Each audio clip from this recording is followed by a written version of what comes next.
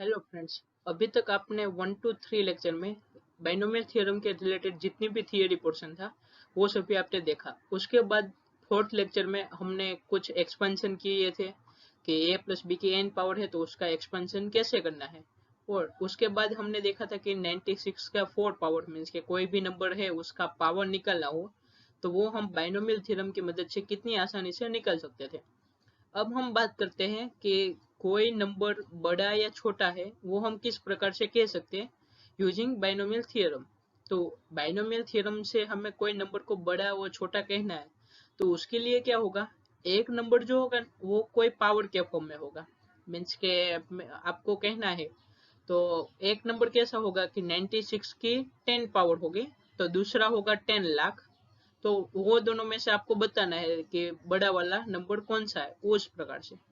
यहाँ पे एक एग्जांपल लेता हूँ, कोई एक क्वेश्चन है तो उसमें ये है कि बाइनोमियल थ्योरम की मदद से हमें बताना है कि 1.1 की 10,000 पावर और ये 1000, ये दो नंबर में से बड़ा नंबर कौन सा है। तो यहाँ पे पहला नंबर है 1.1 के 10,000 एंड दूसरा नंबर है 1000। तो आपको दिखने में ऐसा ही लगेगा कि 1.1 के 10,000 पावर और 1000 दोनों में से ओबियसली 1000 ही बड़ा दिख रहा है, लेकिन ऐसा नहीं है। हम देखते हैं कि कौन सा वाला बड़ा है, वो प्रूव करते हैं।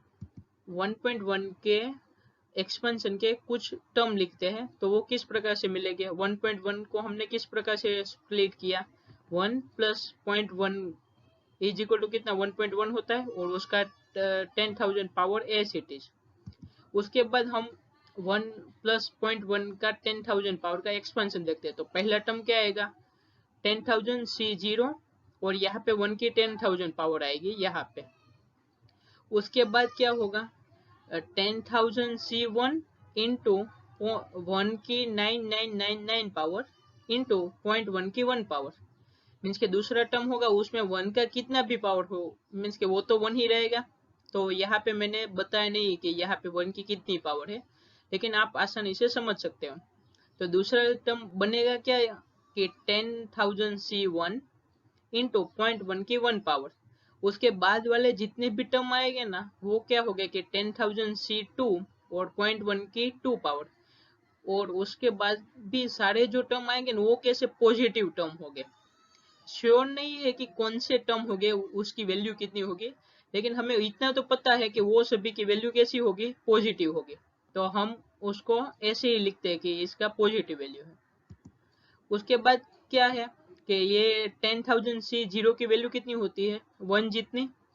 यहाँ पे 10,000 C1 is equal to 1000 into 0.1 as it is और अदर पॉजिटिव टर्म्स। अब हम देखते हैं कि ये 10,000 इंटू 0.1 कितना होता है 1000 और ये 1 एज इट इज और ये अदर पॉजिटिव टर्म्स।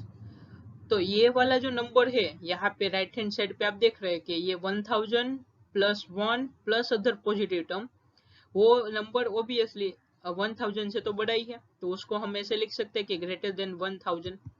तो हमें क्या मिला कि 1.1 raise to 10,000 is greater than 10,000। तो हमें बताना क्या था कि ये दोनों नंबर में से बड़ा नंबर कौन सा है। तो अब हम आसानी से कह सकते हैं कि ये जो 1.1 रेस टू 10,000 पावर है वो नंबर हमारा बड़ा है। तो इसमें हमने किया क्या पहले कि जो दो नंबर थे उसमें एक नंबर पावर के फॉर्म में था तो उसको हमने स्प्लिट किया और उसके कुछ फ्यू टर्म्स लिखे आगे के कि जिससे हमें पता चले कि कौन सा नंबर उसकी वैल्यू कितनी है। हम एक्चुअली क्या कर रहे हैं यहाँ पे ये वाला जो स्टेप है यहाँ पे क्या कर रहे हैं कि 1.1 के 10,000 पावर निकालने की ट्राई कर रहे हैं। तो निकालते निकालते यहाँ तक आए तो उसमें हमें पता चल गया कि ये 1000 से तो टर्म बड़ा ही आ रहा है तो हमें वो दो नंबर के बीच में दिखाना था। अगर यहाँ पे ऐसा भी क्वेश्चन पूछे अलग एक टाइप का कि यहाँ पे जो ये जो 1000 है ना उसकी जगह पे 1001 हो तो वो दोनों में से कौन सा नंबर बड़ा है तो भी आप यहाँ से बता सकते हो कि ये क्या है 1 प्लस 1000 है तो क्या होगा 1001 ही हो गया ये वैल्यू। तो ये 1001 से भी बड़ा है ऐसा हम कह सकते हैं।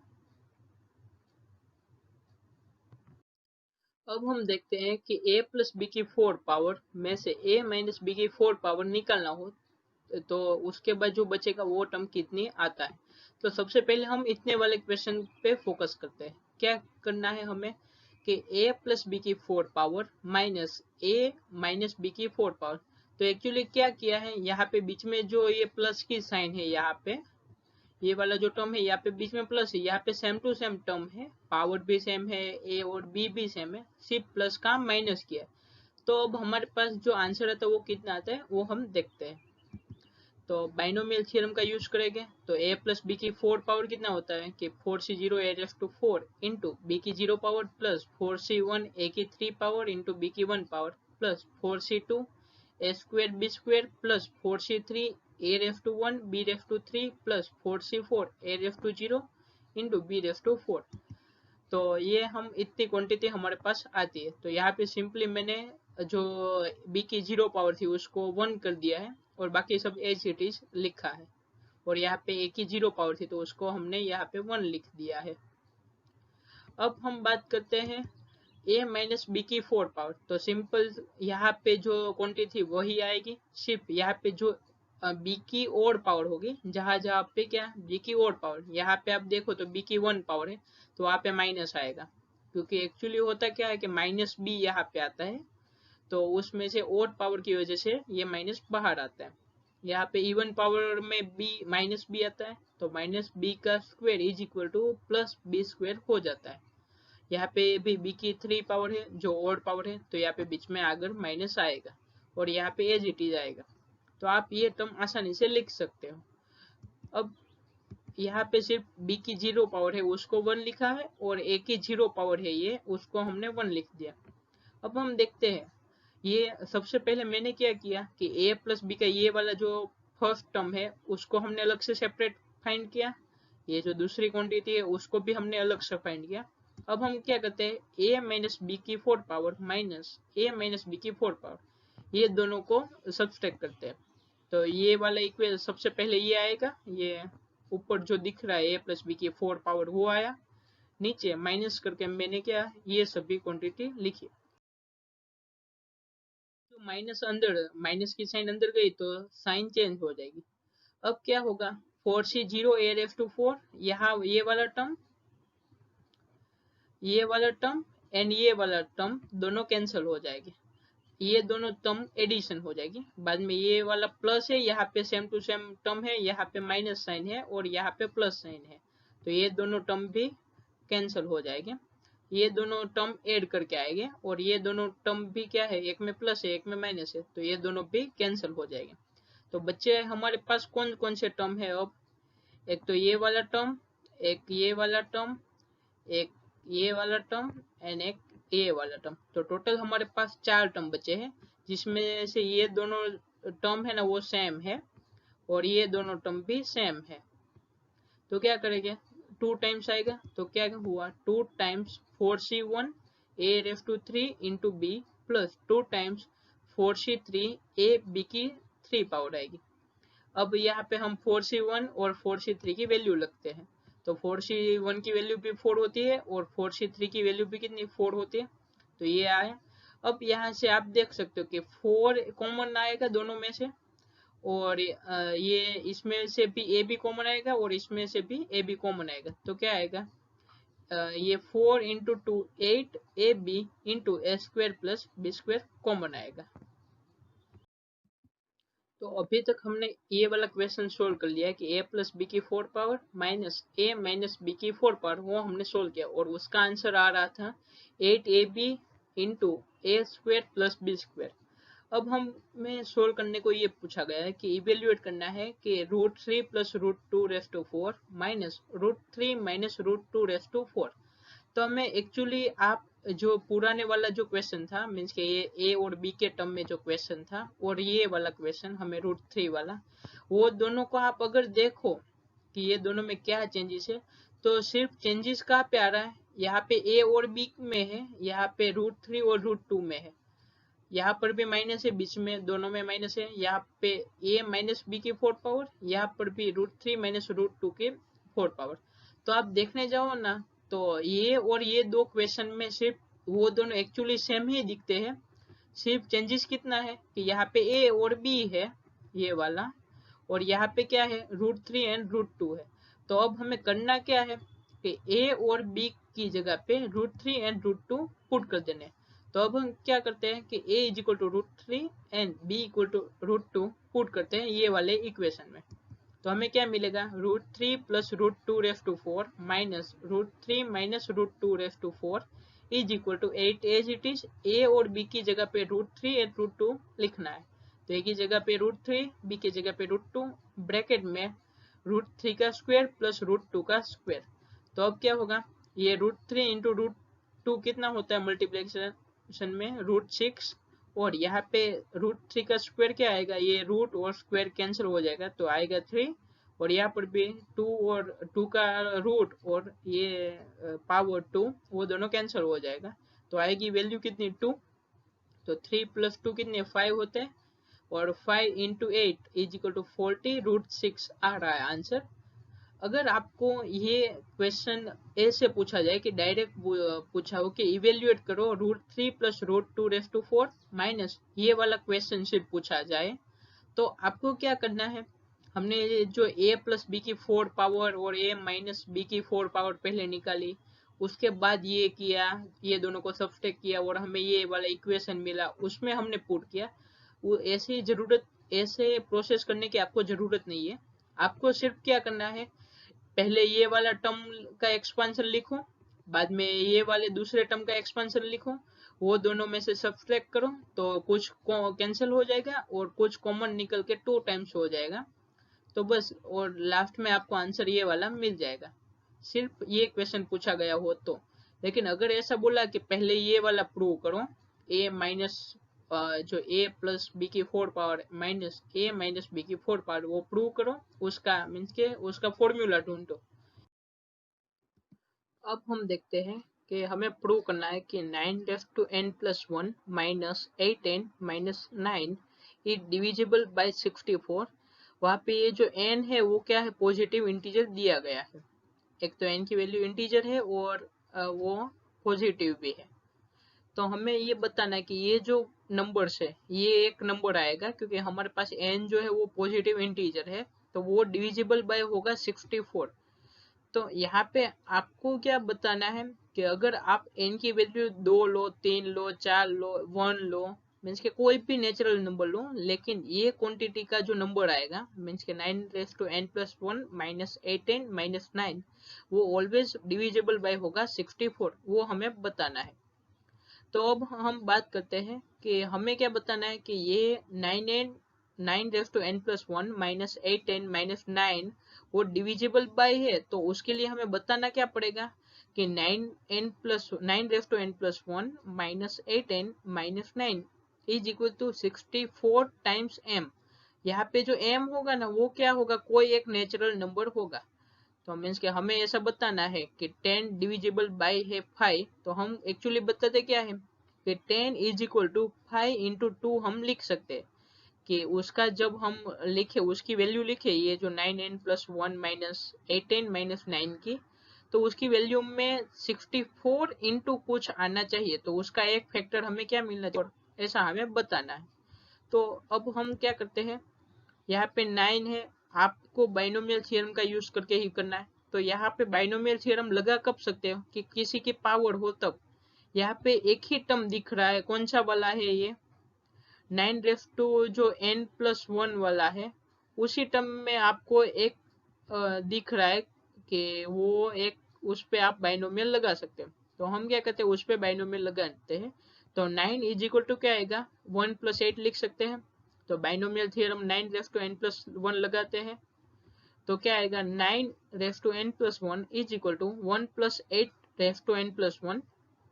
अब क्या होगा, 9n+1 is equal to n+1c0 plus 1n+1 8 power 0, दूसरा टर्म n+1c1 और 1 की n+1 माइनस 1 पावर इंटू 8 की 1 पावर, और लास्ट वाला टर्म क्या आएगा n+1c n+1 इंटू 1 आएगा और 8n+1 पावर हमारी आएगी। तो यहाँ पे आप देख सकते हो कि 1 की कोई भी पावर हो, 1 की 2 पावर हो, 3 पावर हो, या 1 की माइनस पावर भी क्यों ना हो, उसकी वैल्यू हमेशा क्या आती है, 1 ही आती है। तो यहाँ पे वन की जहाँ पे जो ये वन है उसकी कोई बात ही नहीं करते हम, क्योंकि ये जो वन है उसकी वैल्यू हमेशा हमें वन ही मिलेगी, वन की कोई भी पावर हो, तो इसलिए हम ये वन की बात नहीं करते। अब हम देखते हैं कि ये कोफिशिएंट की वैल्यू क्या आती है। तो क्या है कि n+1c जीरो की वैल्यू क्या आएगी, 1 आएगी। बाद में है n+1c1, उसकी वैल्यू आएगी क्या, n+1। और बाकी के जो भी ये कोफिशिएंट है ये वाले, बाकी के कोई भी ये कोफिशिएंट है, ये n+1c2, ये n+1cn, n+1cn+1, वो सभी को हमने यहाँ पे एज इट इज रहने दिया है यहाँ पे, वो आप देख सकते हो। अब हमें क्या करना है, ये 8 की पावर 0 है तो क्या आएगा, यहाँ पे 1 ही आएगा। बाद में यहाँ पे 8 की पावर 1 है तो हम यहाँ पे वैल्यू क्या आएगी, 8 ही आएगी। अब यहाँ से कोई भी टर्म आप उठाओगे ना, यहाँ से लेके मीन्स के कहा से, यहाँ से लेके यहाँ तक के, उसमें सभी में 8 की पावर 2 तो आएगी। आप यहाँ पे देखो तो 8 की पावर 2 आएगी ये वाले टर्म में,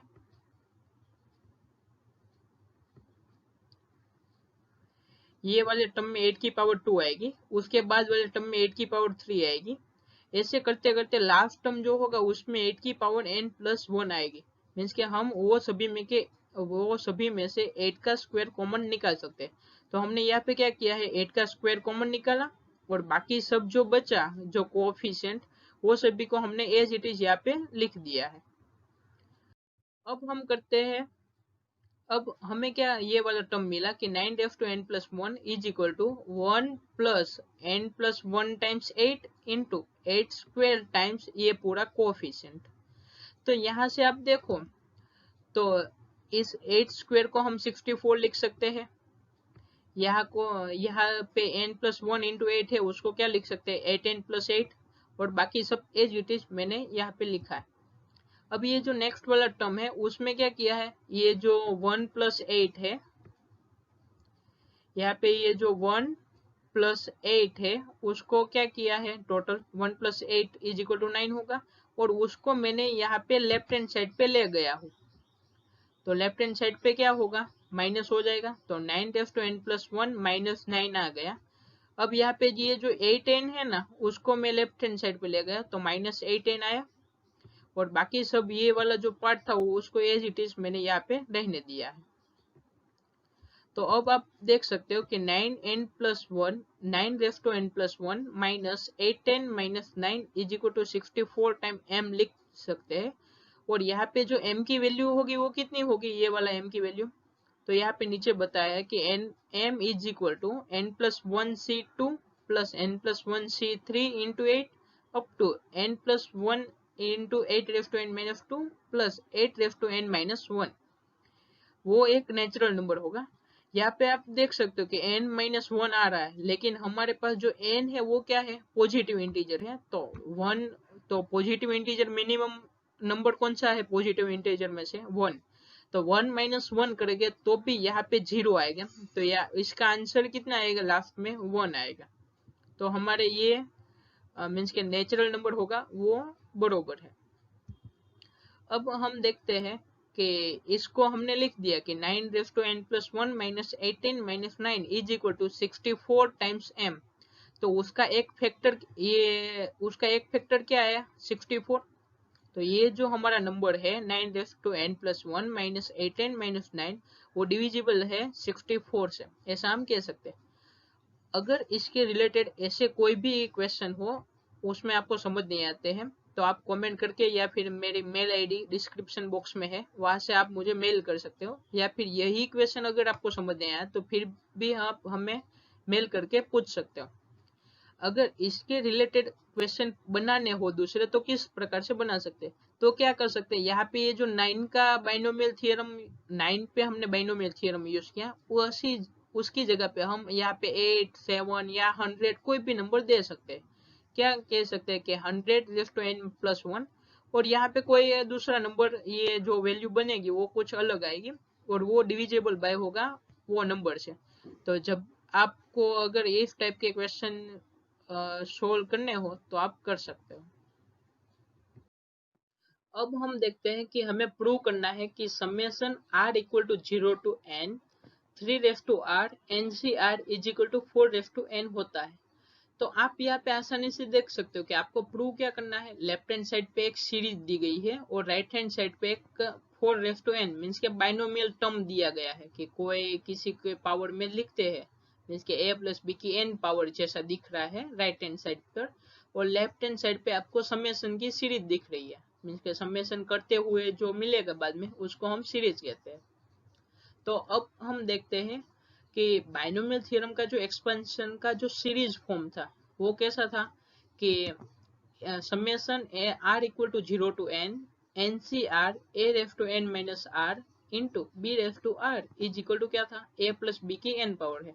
ये हमने एक ऑब्जर्वेशन के तौर पर ये वाला फॉर्मूला हमने देखा था कि ये, और इसको हम क्या बोलते हैं कि बाइनोमियल थ्योरम है। लेफ्ट हैंड साइड पे बाइनोमियल थ्योरम का जो स्टेटमेंट है वही है, लेकिन सिर्फ उसको हमने सीरीज के फॉर्म में कन्वर्ट किया है। तो आप यहाँ पे आसानी से देख सकते हो कि ए और बी की जगह पे क्या लिखे तो आपको वैल्यू 4 मिलनी चाहिए। आपको अब ढूंढना क्या है कि यहाँ पे जो ए है, यहाँ पे जो ए और ये बी की वैल्यू है वो दोनों का एडिशन करके आपको 4 लाना है, और यहाँ पे जो NCr है वो तो वही का वही रहने देना है। वो आप ये दोनों में कंपेयर करके देख सकते हो कि वो तो वैसा क्या वैसा ही रहने देना है, लेकिन a की n माइनस r पावर है वो यहाँ पे नहीं है तो वो आपको कैंसिल करवाना है, और b रेफ टू r है उसकी जगह पे आपको 3 रेफ टू r चाहिए। यहाँ पे हम लेते हैं b इज इक्वल टू 3 और a इज इक्वल टू, तो a plus b is equal to 4 चाहिए तो b इक्वल टू 3 हमें मिल गया है। तो क्या आएगा a plus 3 is equal to क्या आएगा 4। तो हमें अब करना क्या है a इज इक्वल टू 1 मिलेगा हमें। अब हम देखते हैं कि summation r equal to 0 n r equal to 0 to n NCr into a की जगह पे क्या आएगा 1 आएगा और b की जगह पे 3 आएगा, सिर्फ ये दो ही चेंजेस करने हैं। और यहाँ पे क्या आएगा 1 प्लस 3 की n पावर, तो यहाँ पे 1 की कोई भी पावर करो तो क्या आएगा 1 ही आएगा।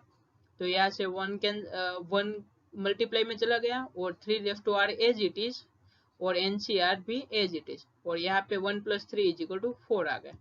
तो हेंस हमें ये प्रूव हो जाता है कि 3 raise to r NCr is equal to 4 raise to n। इसमें से आपको अलग अलग टाइप के क्वेश्चन इस तरीके से बना सकते हैं कि यहाँ पे जो 4 की n पावर पूछा है वहां पे मैं पूछूं कि 3 रेफ टू n करना है। अगर आपको 3 रेफ टू n का पूछा जाए तो आपको क्या करना है कि 3 raise to n is equal to a plus b की n पावर करनी है। तो a plus b equal to क्या हमें मिलेगा, ये जो क्वांटिटी है उसकी जगह पे हमें क्या मिलेगा 3, और राइट हैंड और हमें जो ये वाला जो पार्ट दिया गया है दूसरा पार्ट ये वाला, तो वहां पे आपको देखना है कि ये 3 की जगह पे कितना लाना है। तो हमने कैसे यहाँ पे देखा कि b रेफ टू r की जगह पे हमें 3 रेफ टू r चाहिए था, तो वो हमने आसानी से लिख दिया कि b की वैल्यू कितनी होगी 3 होगी। उसी तरीके से आप अलग अलग टाइप के क्वेश्चंस देख सकते हो। Thanks for watching. अगर मेरी तरह मेरे साथ मैथ्स पढ़ना चाहते हो तो please like share and subscribe करें ताकि अपने दोस्तों भी हमारी तरह मैथ्स पढ़ सके इन मैथ्स को एंजॉय करते करते। डिस्प्ले पे आपको कुछ क्वेश्चन दिख रहे हैं। आज हमने जितने भी टाइप के क्वेश्चन किए, पहले तो ये वाला सेकंड नंबर वाला क्वेश्चन हमने किया था उसमें 1.1 के 10,000 पावर थी और यहाँ पे 1000 था, वो दोनों में से बड़ा कौन सा है वो देखना था। बाद में वो a प्लस बी की 4 पावर वाला हमने किया था, सेम वही टाइप का ये भी क्वेश्चन है लेकिन पावर सिर्फ चेंज है। ये वाला भी हमने रिमाइंडर वाला भी किया था कि वो डिवाइड मीन्स कि उसमें ऐसा था कि 9 रेफ टू n प्लस 1 माइनस कोई टर्म था वो 64 से डिविजिबल है। यहाँ तो हमने क्या किया था वो term is equal to k into 64 किया था। यहाँ पे आपको क्या बोला है कि 6 raise to 8 minus 5n always leave one remainder when divide by 25। तो आपको एक्चुअली दिखाना क्या है कि 6 raise to n minus 5n is equal to 25 times k plus 1 दिखाने, क्योंकि रिमाइंडर क्या है 1 है। और उसके बाद हमने जो 4n की सीरीज लिखी थी, वैसे ही यहाँ पे 5n की सीरीज है।